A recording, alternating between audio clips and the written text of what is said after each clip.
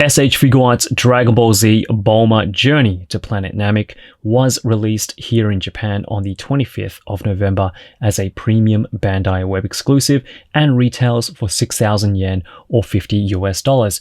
As always, this is the Japanese release as I am based here in Japan. However, Bulma was also available on the premium Bandai US website and will ship in late December for people who pre-ordered in the States.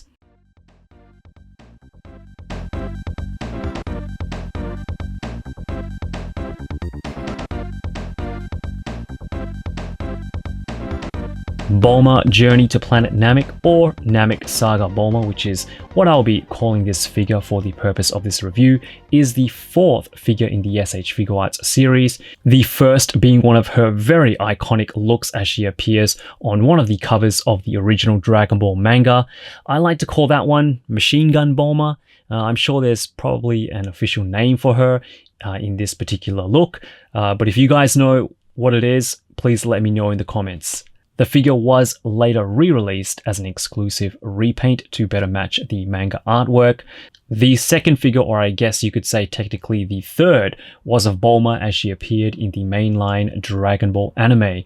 Both very enjoyable and photogenic figures, which I think are great additions to any Figuarts Dragon Ball collection. Just a whole lot of fun. However, I think with most Dragon Ball Z fans, this particular version of Bulma is probably the one collectors identify when they think of Bulma, and that's of course due to the more prominent role she has in the Namek Frieza saga.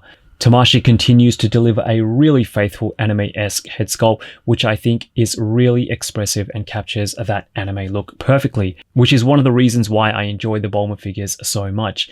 If you do a little bit of photography, there's just so much you can do with all of the faces and accessories this figure comes with. Sure, Bulma might not be high on anyone's want list, but the faces and accessories alone are so much fun and you can really get creative with them. Sculpt work for this figure is great. It's not the most complicated design, but everything is sharp and clean. The proportions this time, I want to say, are a little bit more adult-like, and that has a lot to do with the size of Bulma's face. It's a little slimmer, it's a little bit smaller, giving her overall body proportions, which are almost the same as the previous figures, you know, giving her more of that adult look. But again, especially with her pretty big shoes, it still captures that cartoonish look to it. Bulma at this stage was still pretty young, so I think it works pretty well. I will say though that the arms are cut in on an angle just a little bit too deep, and that's to accommodate for better elbow articulation. It's not noticeable from the front, but it does stand out just a bit when you have Bulma on the side. Not too much in terms of paint apps. Bulma's bright yellow vest / dress is kind of the main focal point, with a few paint apps in the buckle of the belt and the black areas on the boots. The skirt, or the lower half of her dress, is made from a softer rubbery plastic, which allows the leg articulation to move freely without being hindered. Everything else is molded colored plastic, which means no paint rub, but no shading this time either.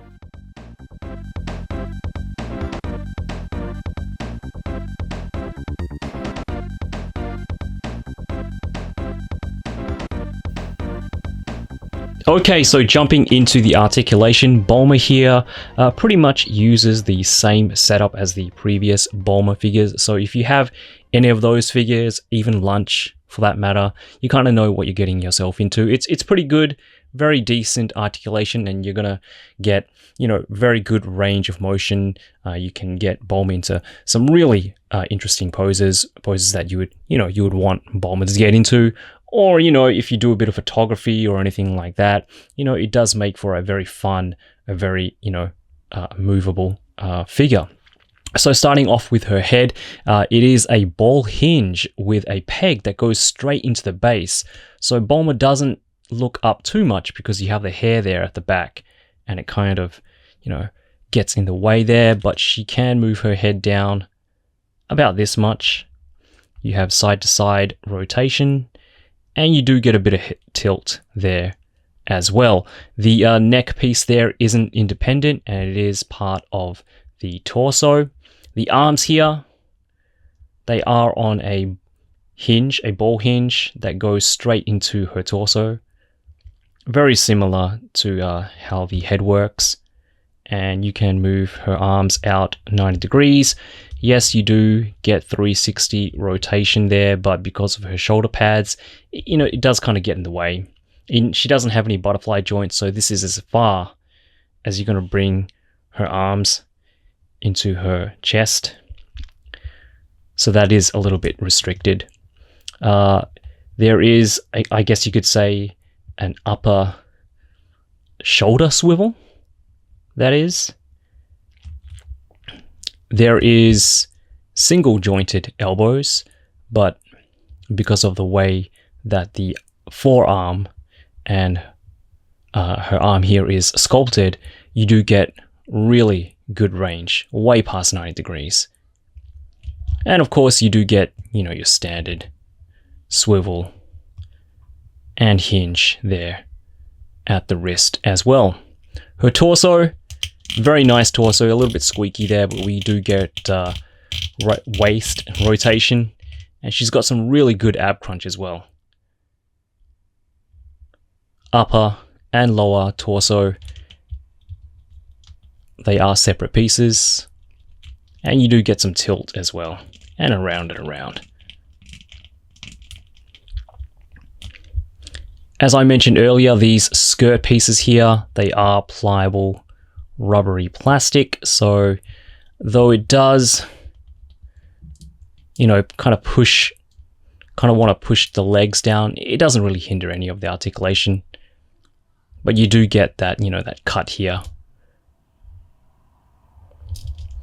So Bulma does kick forward and kick back. I think I can do forward and back at the same time. About this much. She kicks side to side. Very good splits. Right there.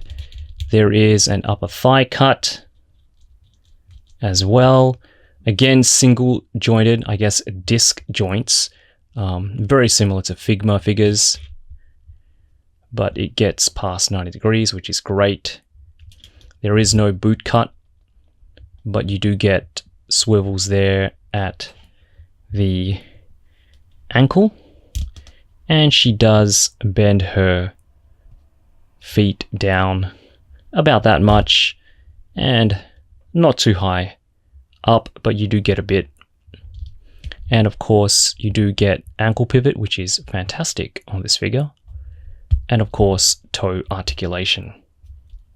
So all in all, very decent, very poseable female figure. And again, if you have any of the other Bulma figures or Lunch, very similar setup to those figures.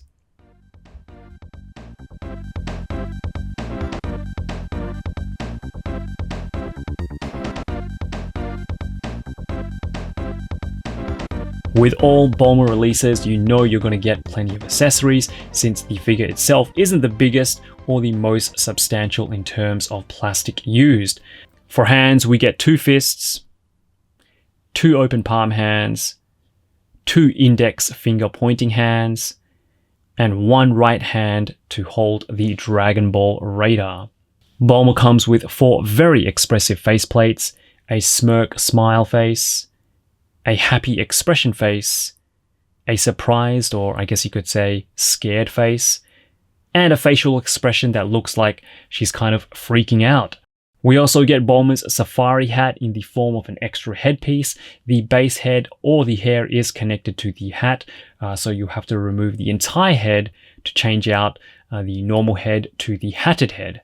Bulma also gets a few personal accessories in the forms of a waist pouch, which you'll have to detach the torso in order to put it on. It's pretty simple and shouldn't cause you too many problems, as the torso pops on and off pretty smoothly. Tamashii have also included a backpack with Bulma's name on the front pocket. Doesn't get more personalized than that. Molded in white plastic and highlighted with silver paint apps. And with the backpack, you just, kind of put it on through the arms how you would, in real life with a real backpack. I think we've gotten a Dragon Ball radar with every Bulma release thus far, and this release is no exception. You just slot the Dragon Ball radar on the hand, which has a small peg, and it should fit snugly. You get some nice detail printed on the Dragon Ball radar with the grid pattern and a couple of numbers which indicate the number of people that she is tracking, and a red triangle there in the middle. Last but not least, it's the last piece of the puzzle, the final Namekian Dragon Ball. Yes, the 7-star Dragon Ball, and with all the Dragon Balls complete, we can finally summon Porunga, or maybe the next large-scale Figuarts figure released in 2022. Possibly.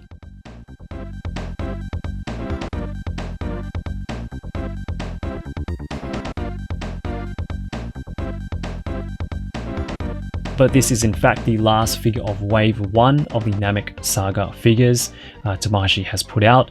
And I say Wave 1 because we already know that Tamashii have a new lineup of Namek Saga inspired figures due to be released next year, which is another reason why I really enjoy this figure and all the other figures from this wave so much. It really feels like Tamashii have put together a solid roster of figures that you can obviously display together with your other Dragon Ball figures, but also, kind of have a separate sub-display as well, a Namek Saga display. I really like how some of the accessories for some of the characters were also kind of spread over across other figures within the wave, making it, kind of feel like a set. And with Zarbon, Dodoria, and 4th Form Frieza all due to be released in early 2022, I'm really looking forward to seeing what the remaining 4 figures will be, which Tamashii have officially announced they will be releasing. Namek Saga Bulma, as I mentioned at the beginning of the video, is just, one of those figures that has a lot of play value, whether you're a photographer or just, a person who likes to display your figures on the shelf. If you have any of the Bulma releases, or lunch for that matter, you kind of know what you're getting yourself into. Some, great articulation, plenty of accessories, and just, again, a whole lot of fun.